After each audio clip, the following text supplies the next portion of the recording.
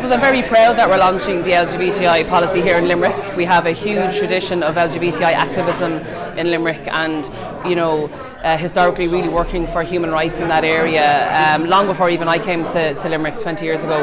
I'm very proud of our policy. I think one thing that's very strong in the policy is acknowledging that we currently don't have full legal protection for LGBTI families. At the moment, particularly if we acknowledge families with two dads, they don't have the same amount of legal protection that other families have. So just one example of that is that if we have two dads who have a child, the non-biological dad is a legal stranger to that child up until they're 2, and then after 2 they can only apply for guardianship, and legal guardianship ends when you're 18. So God forbid if something happened to the non-biological dad, say if he passed away, well then he would be a legal stranger to that child if the child was over 18, and then obviously that would have consequences in terms of inheritance rights. So again, you have a child who's lost their parent and has to go through all of those legal processes of probate as if their dad was a legal stranger to them.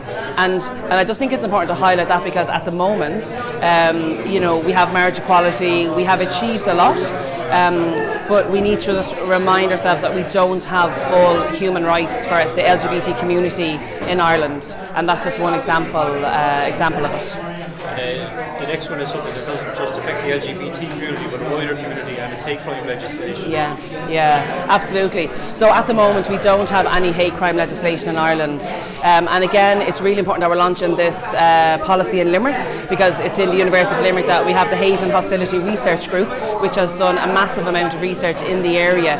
So obviously hate crime is a policing matter, yes, and we have hate speech legislation, but it doesn't go far enough, because what the current situation means is that there's no guidelines for criminal justice professionals, so judges, prosecutors and the guards, around hate crime. So, one of the reasons why I'm running for the Social Democrats is because we believe in a fair and equal and safe society for everybody, and we need legislation to protect our most vulnerable and our minorities.